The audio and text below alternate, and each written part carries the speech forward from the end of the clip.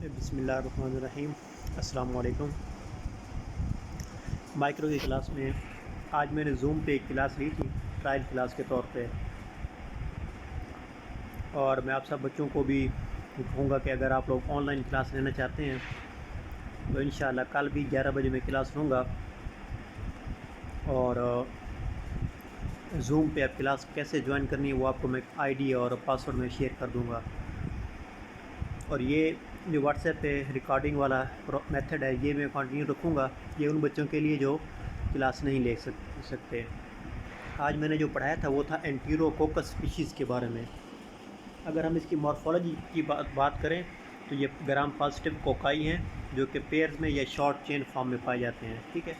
और ये non capsulated होते हैं और मोस्टली ये नॉन मोटाइल हैं। ये आप देख सकते हैं कि ये पेयर फॉर्म में पाए जा रहे हैं, ठीक है। सिंगल भी हैं या फिर ये शॉर्ट चेन फॉर्म में है। अगर हम पैथोजेनिसिटी की बात करें तो एंटीरोकोकस के अंदर भी सबसे ज़्यादा जो इन्फेक्शंस काज करता है वो एंटीरोकोकस फिकैलिस है, जिसको पहले स्ट्रेप्टोकोकस कैटेगरी में रखा गया था, लेकिन अब बाद में पता चला कि ये स्ट्रेप्टोकोकस नहीं बल्कि ये एंटीरोकोकस है। ये मेन पैथोजन है एंटीरोकोकस की जीनस के अंदर, ठीक है। 95% ऑफ एंटीरोकोकल इन्फेक्शन जो है वो including infection of urinary track मतलब यूटीआई के, बिलियरी ट्रैक, अल्सर्स वगैरह, वूंड्स एंड ओकेजनली एंडोकार्डाइटिस और मेनिंजाइटिस वगैरह, ये चीज़ें जितने भी होते हैं 95% इन्फेक्शन वो इन पर मुश्तमिल होते हैं एंटीरोकोकस के। Normal commensals of vagina and intestinal tract, अब ये नॉर्मल कमेंसल है मतलब नॉर्मल फ्लोरा के तौर पर वेजाइना और इंटेस्टाइन में पाया जाता है। And minority of infections are caused by Enterococcus faecium, mostly जो है वो एंटीरोकोकस फिकैलिस काज करता है और कुछ इन्फेक्शन एंटीरोकोकस फेसियम भी काज करता है।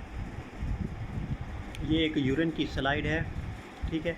डायरेक्ट ड्रॉप स्मीयर है। ग्राम स्टेन को जब हम इसको करते हैं मतलब एक यूरिन का एक ड्रॉप लें, उसको स्लाइड के ऊपर उसको रखें, ठीक है। उसकी वो जब ड्राई हो जाएगा फिर हम उसको ग्राम स्टेनिंग करेंगे, देखेंगे, ठीक है। तो ये ग्राम नेगेटिव बेसिलाई, सॉरी ये हमारे पास ये रॉड शेप जो आ रहे हैं ना, ठीक है, दीज आर ग्राम पॉजिटिव। ये जो ग्राम नेगेटिव, सॉरी ये जो नंबर 1 पे जो पिक्चर जिसमें एरो जो शो कर रहा है ना, ठीक है, जो कि पिंकिश कलर है, ये ग्राम नेगेटिव बेसिलाई हैं और एरो 2 के ऊपर ग्राम पॉजिटिव बेसिलाई हैं, ठीक है। Urine culture grew Escherichia coli in Enterococcus figure this the smear is consistent with the bacterial, मतलब ये कि मोस्टली वो कह रहा है कि ये चूँकि बताया ना कि अभी ये यूटीआई के अंदर ये पाया जाता है और वेजाइना के अंदर, सॉरी इंटेस्टाइन और वेजाइना के अंदर ये पाया जाता है एज ए नॉर्मल फ्लोरा के तौर पर, ठीक है। अच्छा, इसके कल्चर जो कैरेक्टरिस्टिक या कल्चर ग्रोथ होती है एंटीरोकोकाई आर एरोबिक ऑर्गेनिज्म, मतलब ऑक्सीजन की मौजूदगी में ग्रो करेंगे।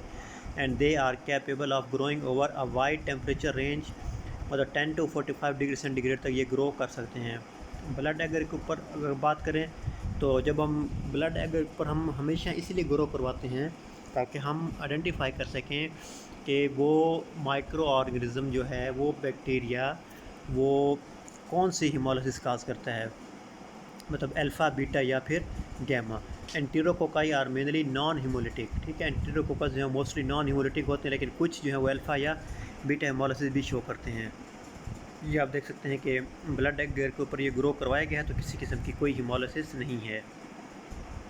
मैकॉनकी और क्लैड एगर के ऊपर अगर हम इसको ग्रो करवाएं, एंटीरोकोकस फिकैलिस जो मैकॉनकी एगर है उसके अंदर लैक्टोज पाया जाता है, तो ये एंटीरोकोकस फिकैलिस जो है उसको फर्मेंट करता है अपनी खुराक बनाने के लिए, ठीक है। प्रोड्यूसिंग, उससे क्या हो जाएगा कि मैकॉनकी एगर के ऊपर dark red magenta colonies produce होंगी, जबकि स्मॉल येलो कॉलोनीज़ होंगी किसके ऊपर, क्लेड के ऊपर। अब CLED stands for cystine lactose electrolyte deficient agar, ठीक है।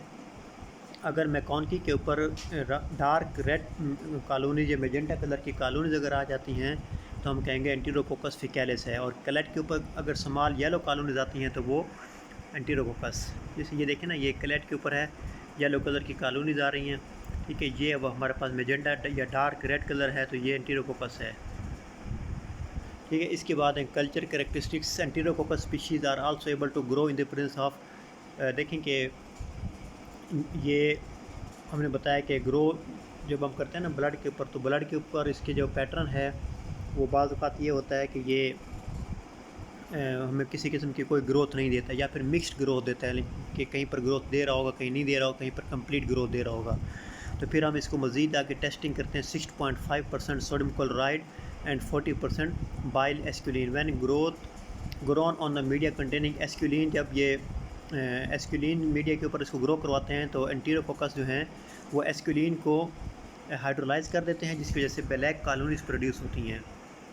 ये देखें, एक उसके ये आइडेंटिफिकेशन स्कीम है कि बाइल एस्क्यूलिन हाइड्रोलिसिस टेस्ट। ठीक है, जब अगर वो पॉजिटिव आ गया, मतलब उसने हाइड्रोलाइज कर दिया एस्क्यूलिन को उस माइक्रो ऑर्गेनिज्म ने, तो वो ग्रुप डी स्ट्रेप्टोकोकस एंटीरोकोकस उसमें आ जाएगा। ठीक है, फिर हम वो पहले आ जाएगा ग्रुप डी, फिर हम उसको ग्रो करवाएंगे मैकॉनकी के ऊपर। अगर डी पिंक कॉलोनीज़, या फिर हम इसको कहते हैं कि अगर ये डार्क रेड कॉलोनीज़ आती हैं तो हमें पता चल जाएगी एंटीरोकोकस हैं। और अगर उसने उसको हाइड्रोलाइज नहीं किया तो वो नेगेटिव मीन अब न्यूमोकोकस हैं। ठीक है, और न्यूमोकोकस को जब हम मैकॉनकी अगर पे ग्रो करवाते हैं तो न्यूमोकोकस जो वो मैकॉनकी अगर पे ग्रो नहीं करते। लेंस फीड ग्रुपिंग के अंदर ये ग्रुप डी के अंदर आते हैं। ठीक है, group D antigen of Enterococcus is unlike that of the other Lancefield groups, और इसको ट्रेडिशनल एसिड एक्सट्रैक्शन टेक्निक से हम इसको एक्सट्रैक्ट नहीं करते। ठीक, एंजाइम टेक्निक्स होती हैं जिससे mixed enzymes are often required. इसमें मतलब एक स्पेसिफिक किस्म के एंजाइम होते हैं ताकि हम वहाँ से इसको एक्सट्रैक्ट कर सकें, सेपरेट कर सकें।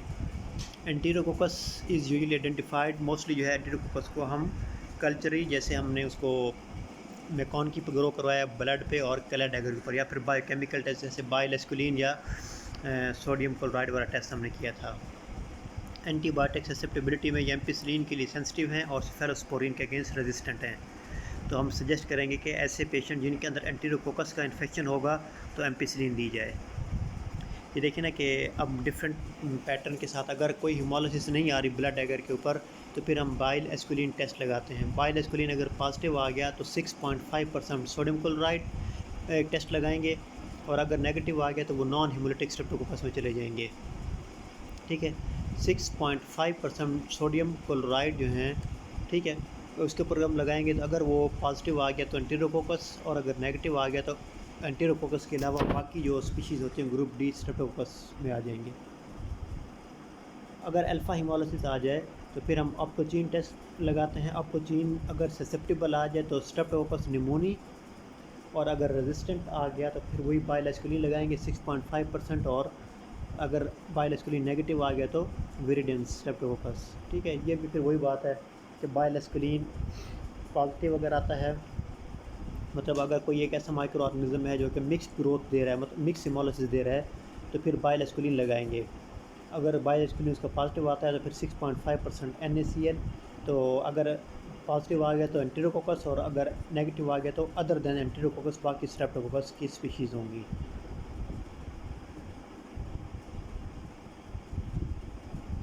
अगर हम इसकी कुछ बायो केमिकल टेस्ट की बात की जाए तो एंटीरोकोकस हैं वो कैटालेज नेगेटिव हैं, एस्क्यूलिन हाइड्रोलिसिस काज करते हैं, नॉन मोटाइल हैं, बीटा हिमोलिसिस मतलब ये कि ये variable means we been variable, मतलब कभी अल्फ़ा कभी बीटा और कभी gamma. And growth in 6.5% NaCl, yes they can grow. यहाँ पर ये हमारा एंटीरोकोकस स्पीशीज़ का जो टॉपिक है यहाँ पर ये कंप्लीट होता है। इंशाल्लाह I will continue this method for दो स्टूडेंट्स जिनको इंटरनेट कनेक्शन में या ऑनलाइन क्लासेस में ज़रा डिफ़िकल्टी होती है। ठीक है, ये आपका एंटीरोकोकस यहाँ पर कंप्लीट हुआ। हमने वैसे भी क्लॉस्ट्रिडी शुरू किया हुआ था, ये एक स्किप हो गया था।